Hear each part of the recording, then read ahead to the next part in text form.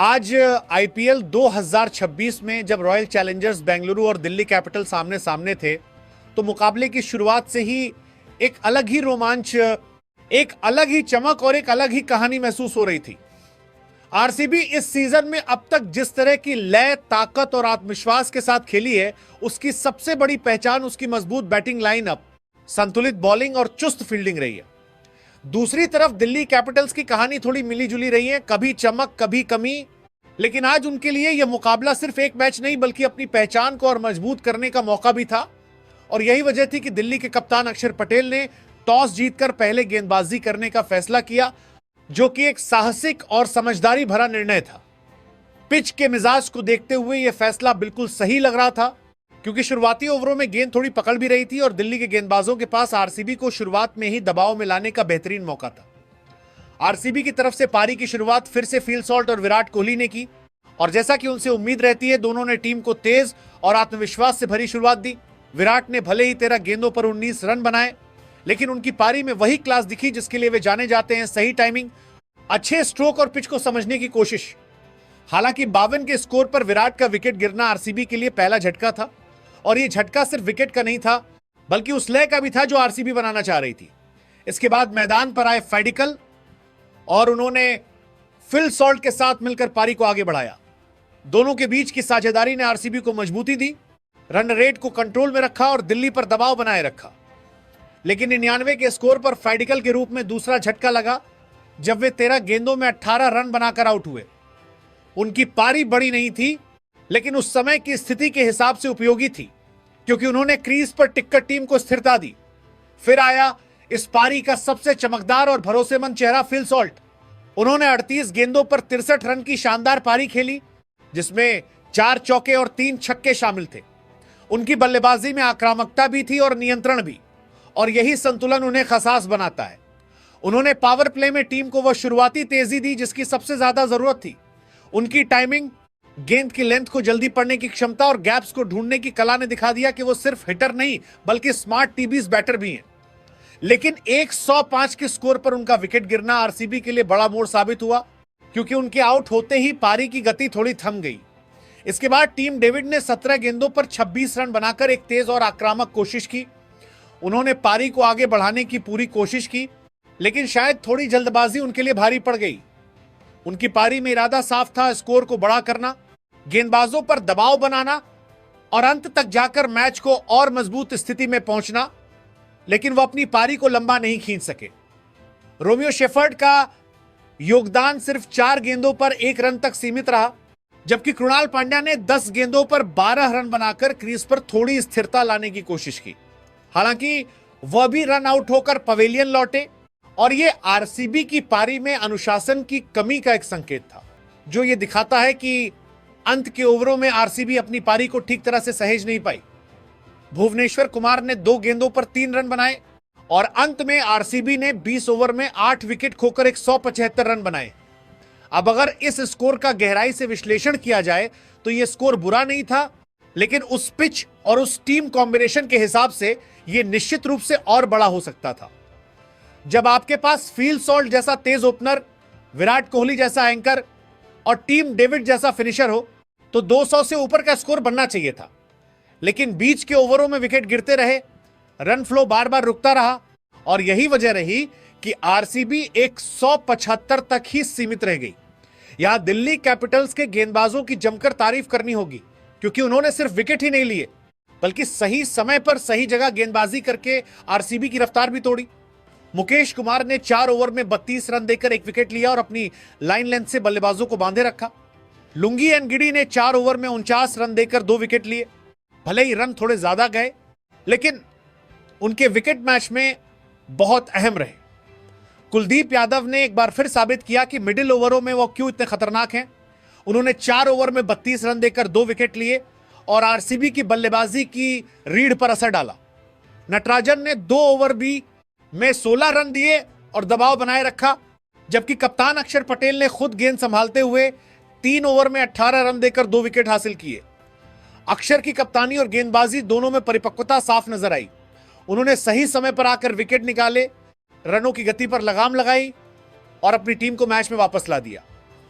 कुल मिलाकर यह पहली पारी एक ऐसी कहानी थी जिसमें शुरुआत में आरसीबी का पलड़ा भारी लगा, बीच में दिल्ली ने जोरदार वापसी की और अंत में मुकाबला पूरी तरह से संतुलित हो गया। आरसीबी के बल्लेबाजों ने क्लास दिखाई, खासकर फिल शॉट ने, लेकिन साझेदारियों की लंबाई और फिनिशिंग की कमी ने उन्हें बड़े स्कोर से रोक दिया। दूसरी तरफ दिल्ली कैपिटल्स के गेंदबाजों ने अनुशासन, प्लानिंग और दबाव तीनों का बेहतरीन उदाहरण पेश किया। अब 176 रन का पीछा करना दिल्ली के लिए आसान नहीं, लेकिन नामुमकिन भी नहीं होगा और यहीं से यह मुकाबला और भी दिलचस्प होने वाला है। जब 176 रन का पीछा करने के लिए दिल्ली कैपिटल्स मैदान पर उतरी तो माहौल में एक अजीब सा जुनून, एक अनकही कहानी और एक सस्पेंस पहले ही पल से महसूस होने लगा, जैसे किसी ब्लॉकबस्टर फिल्म का क्लाइमेक्स शुरू होने वाला हो।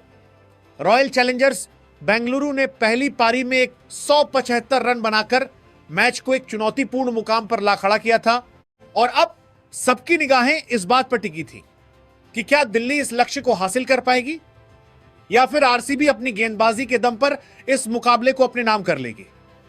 176 रन का यह लक्ष्य कागज पर भले ही बहुत बड़ा ना लगे, लेकिन मैच की स्थिति, पिच का मिजाज और आरसीबी के गेंदबाजों की फॉर्म को देखते हुए यह किसी पहाड़ से कम नहीं था। दिल्ली कैपिटल्स की ओपनिंग जोड़ी पथुम निसंका और केएल राहुल जब मैदान पर उतरी तो शुरुआत में ही ऐसा लगा जैसे कोई एक्शन सीन चल रहा हो, जहां हर गेंद पर कुछ बड़ा होने वाला है। लेकिन यह एक्शन दिल्ली के लिए डरावना साबित हुआ, क्योंकि आरसीबी के गेंदबाजों ने शुरुआत से ही ऐसा दबाव बनाया कि दिल्ली की बैटिंग लाइन अब हिलती हुई नजर आई। सिर्फ 2 रन के स्कोर पर पथुम निसंका का विकेट गिरना दिल्ली के लिए पहला बड़ा झटका था। उन्होंने सिर्फ 2 गेंदों पर 1 रन बनाया और पवेलियन लौट गए। यह विकेट सिर्फ एक खिलाड़ी का नहीं था, बल्कि दिल्ली की उस रणनीति का भी था जो शायद तेज शुरुआत पर टिकी हुई थी। इसके बाद करुण नायर क्रीज पर आए, लेकिन वो भी इस दबाव को झेल नहीं सके और 16 के स्कोर पर 5 गेंदों में 5 रन बनाकर आउट हो गए। अब दिल्ली 2 बड़े झटके खा चुकी थी और इससे पहले कि टीम संभल पाती, समीर रिजवी भी 18 के स्कोर पर सिर्फ 3 गेंदों में 2 रन बनाकर आउट हो गए। 3 विकेट, सिर्फ 18 रन।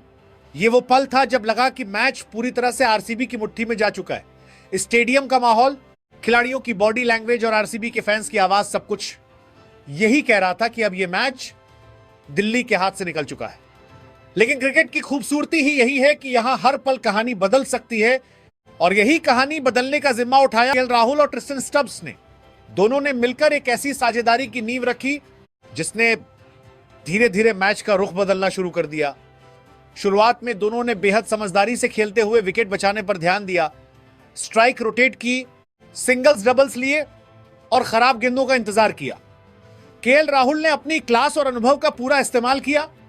उन्होंने न सिर्फ रन बनाए बल्कि स्टब्स को भी गाइड किया, उन्हें आत्मविश्वास दिया और पारी को संभाला। दूसरी तरफ स्टब्स ने भी दिखाया कि वह सिर्फ पावर हिटर नहीं है, बल्कि परिस्थितियों के हिसाब से खुद को ढालने वाले एक मैच्योर बल्लेबाज भी हैं। जैसे जैसे यह साझेदारी आगे बढ़ी, आरसीबी के गेंदबाजों पर दबाव बढ़ने लगा। जो मैच कुछ देर पहले पूरी तरह से उनके कंट्रोल में था, अब धीरे धीरे फिसलता हुआ नजर आने लगा। केएल राहुल ने 30 गेंदों पर अपना अर्धशतक पूरा किया। यह पारी सिर्फ रनों की नहीं थी, बल्कि धैर्य, समझ और नेतृत्व की एक मिसाल थी। उन्होंने 34 गेंदों पर 57 रन बनाए, जिसमें 2 छक्के और कई शानदार शॉट्स शामिल थे। उनकी बल्लेबाजी में एक खास बात यह थी कि उन्होंने कभी भी जल्दबाजी नहीं की। हर शॉट सोच समझकर खेला, हर गेंद को पढ़ा और हर मौके का सही इस्तेमाल किया।